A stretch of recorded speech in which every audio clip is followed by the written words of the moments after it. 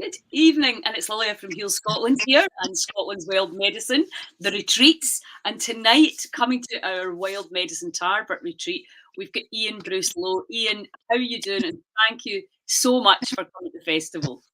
Yeah, I'm good, thank you. Yeah, I'm very excited. I mean, for me, it's only just a hop, skip, and a jump away, so it's amazing that it's coming to Argyll and it's just down the road. And yeah, very, very excited. Very, Yeah, very. you're in Oban, aren't you? Yeah, just up in Oban. Yeah, so lucky to live in what I think is the most beautiful part of Scotland. Yeah, I know. I see your yoga classes. Before we start talking about what you're going to do and how you get into all this, I see your yoga classes out at Ganavan, which is just a beautiful spot. It's just incredible. It's just Yeah. incredible. So I know So you're a hairdresser, and but you've also got this other holistic side. So can you tell us how you got into it? What kind of took you down that path? yeah, so probably like most of us, by mistake or default, um, I think life was busy, stressful, and you look for an outlet, something that can kind of help regulate that, and started going to some yoga classes, and it was like, wow, what is this? This is pretty awesome, and did that for quite a number of years. And then my hairdressing career was kind of taking off and going to different levels. And I was going and teaching and going to seminars and standing up in front of people. And as much as I was learning to be able to teach in front of other people and talk to large groups of people, I just it just wasn't my bag at all. Hanging about with people, and it was. You had to look a certain way, you had to talk a certain way, and it's like, oh, I love being a hairdresser, but I don't like this. And it wasn't until a yoga teacher said to me, "You're probably doing all this work that's just preparing you to become a yoga teacher." And I went, I never even thought about it like that. And then so my yoga was advancing, and I thought, oh, just go and do the teacher training. If anything, you're just going to advance your own practice, and I might never teach. I might never ever teach. And obviously, straight into the yoga teacher training, and it's like, oh, okay, we need to share this with as many people as I possibly can. And so yeah, so it was. There was never a moment where I said, I'm going to be a yoga teacher and I'm going to share this with the world, until I was, almost a yoga teacher and realized I have to share this with as many people as I can. Yeah, well, I think everybody that I've been talking to for the Goddess gatherings and for the festival has basically found something that's just made them feel so much better. And then obviously you understand other people could feel the benefit too. So of course you want to share it. Yeah. It's a bit of a no-brainer, really, isn't it?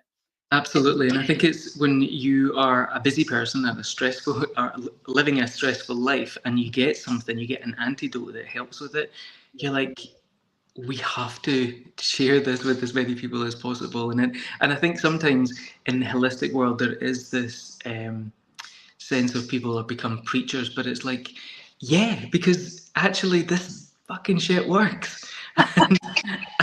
And you need to do it, and it's so accessible. So yeah, of course we're going to preach about it. I know we've been talking a bit about, how can we get more men along? I don't know if you do you know Craig Grant? Anyway, I didn't actually realise he's a musician, and that's why I was talking to him, because he's going to be doing sorry. mantras. And but he was also a yoga teacher, and he was doing a thing called broga when he was down in Brighton, which was really. And I think it's nice for men to go. It's safe for you to come here. It's for men. Whereas if you're in amongst a lot of bendy women, some men might enjoy that, but you could feel, even women can feel intimidated. Yeah. You just don't feel you're good enough, or that your body can't get into these positions. So how would are you getting men coming to your classes? Yes, and it's still a higher percentage of women. But I mean, I put a call for men. I've put it out so many times before to come to classes, and recently actually, it was really interesting. I put a survey out there to see why, why we're not seeing as many men. What are men looking for? Do you want a men only class? Would you be more uncomfortable? Yeah. And I put this survey out there. There must have been about 18 people answered the survey. 3 of them were women. 3 of them were men. The Oh, rest women.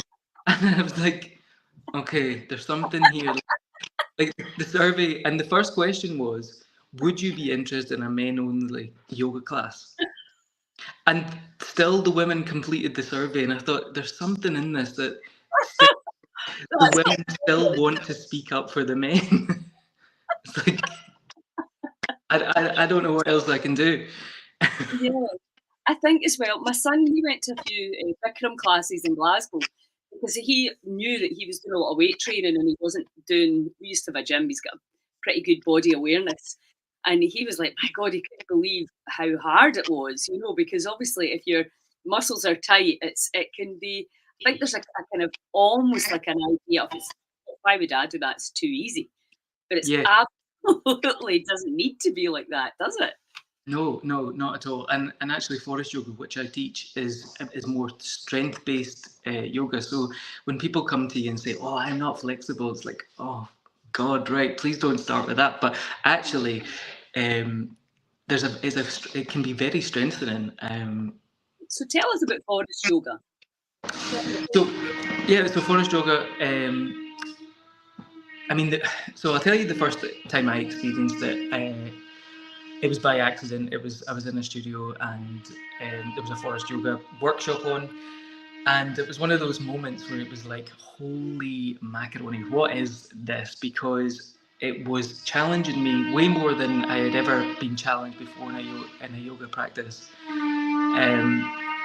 And there was just so much getting weaved into the class. There was like, so one of the things about forest yoga is that there's an intent that gets weaved right through the practice, and it's different every single time, and there's always an emotional element to it that's been weaved into the class. Mm-hmm. We start with lots of breath work at the start of the class, and then we build up to a lot of strength-based stuff. So we do a lot of floor-based stuff, and then we do loads of abdominal work, and then we build into the standing series as well. And so you're sweating buckets, you're building all this strength, you're building all this breath, and then you've got all this whole emotional stuff going on at the same time that's been kind of tapped into and brought out of you at the same time. And it's like, so you're crying, you're sweating, you're cursing, and you're like, and then at the end you lie down and you go, that was the most amazing thing I've just ever experienced.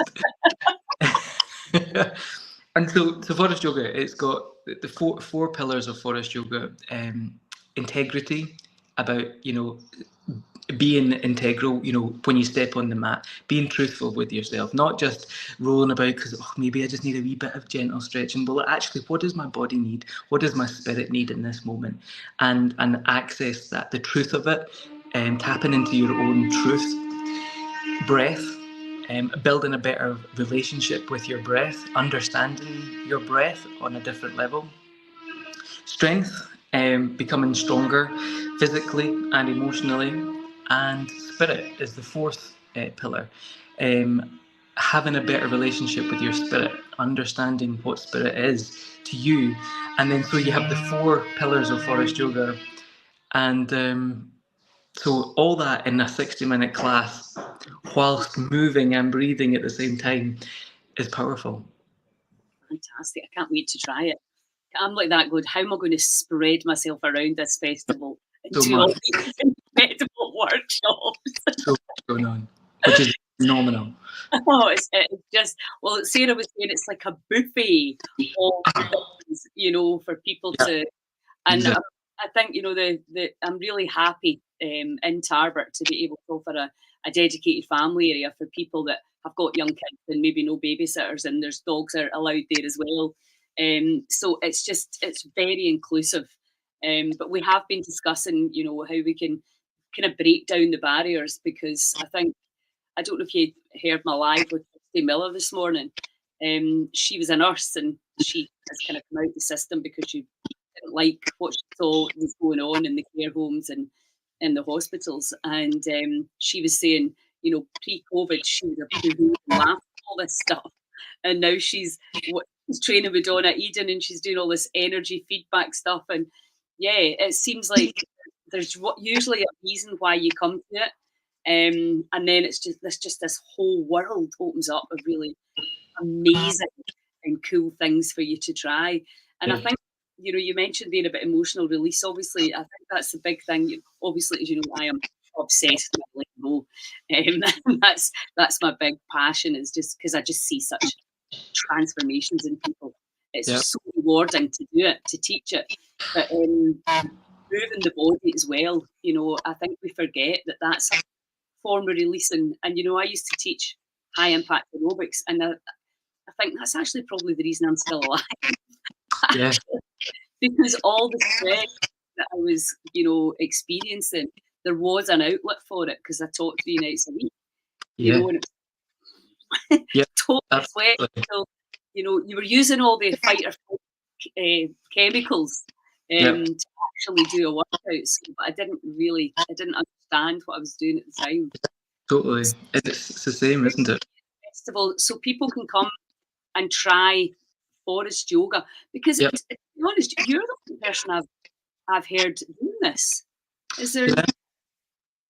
Yeah, there's loads of us in Scotland actually. I think when I first trained, I maybe knew of about 5, and now know of maybe about 10 or 12 in Scotland, and then throughout the UK, much more popular down south for some reason.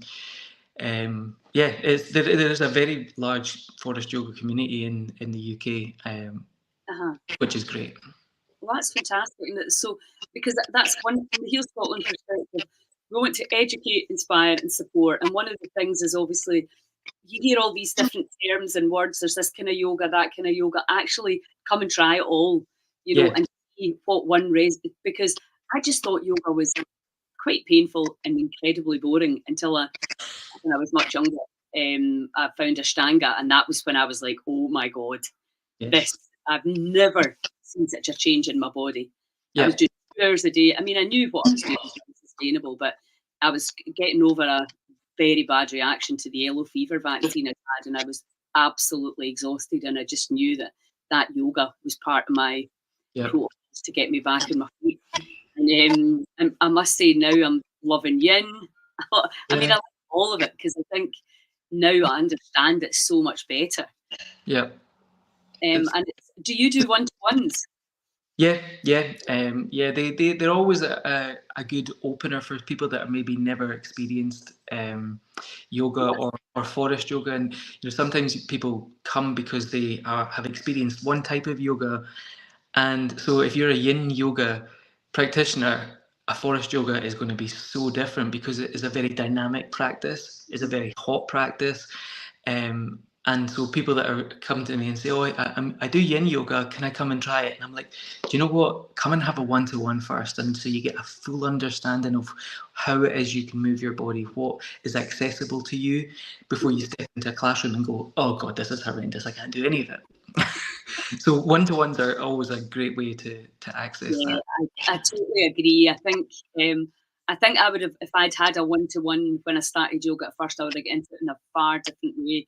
But if you're in a class where, somebody's going round and adjusting everybody, and by the time they get to you, you've done the one stretch for like 20 minutes. It was just, that was kind of how it worked back in the day. I don't know it's not like that anymore, but I definitely think, because so often it's maybe adjusting, and then you just get it, or the way you're breathing. So I think to get that at least one or maybe 2 one-to-ones first, so that you're like, right, okay, now the body's starting to understand, and then you can put yourself into a class. Yeah, absolutely. But I also say that the way that forest yoga is guided, it's also really accessible for most people, because every single breath you take is guided. It will guide you where to feel it, what sensations you'll be feeling, where to activate, where to release.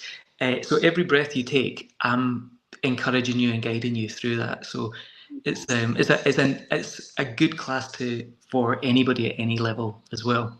Yeah, awesome. Absolutely brilliant. Well, listen, that is just great. I'm really looking forward. And anybody who's listening to this live or on replay, I can't actually remember do you know what time you're on? Anyway, they can Okay. Yeah, so it's on the timetable anyway. check out the timetable on I'll just put the link. I'll put the link in, and come and try forest yoga if you've not heard about it before. It'll be fantastic to have the experience. So listen, I really so appreciate your time. I'm very, very grateful that you're coming to help Heal Scotland. I am very excited indeed. Thank you so much, and I'll see you a week on Friday. Yes, great. Awesome. See you soon. Thank you. Thank you.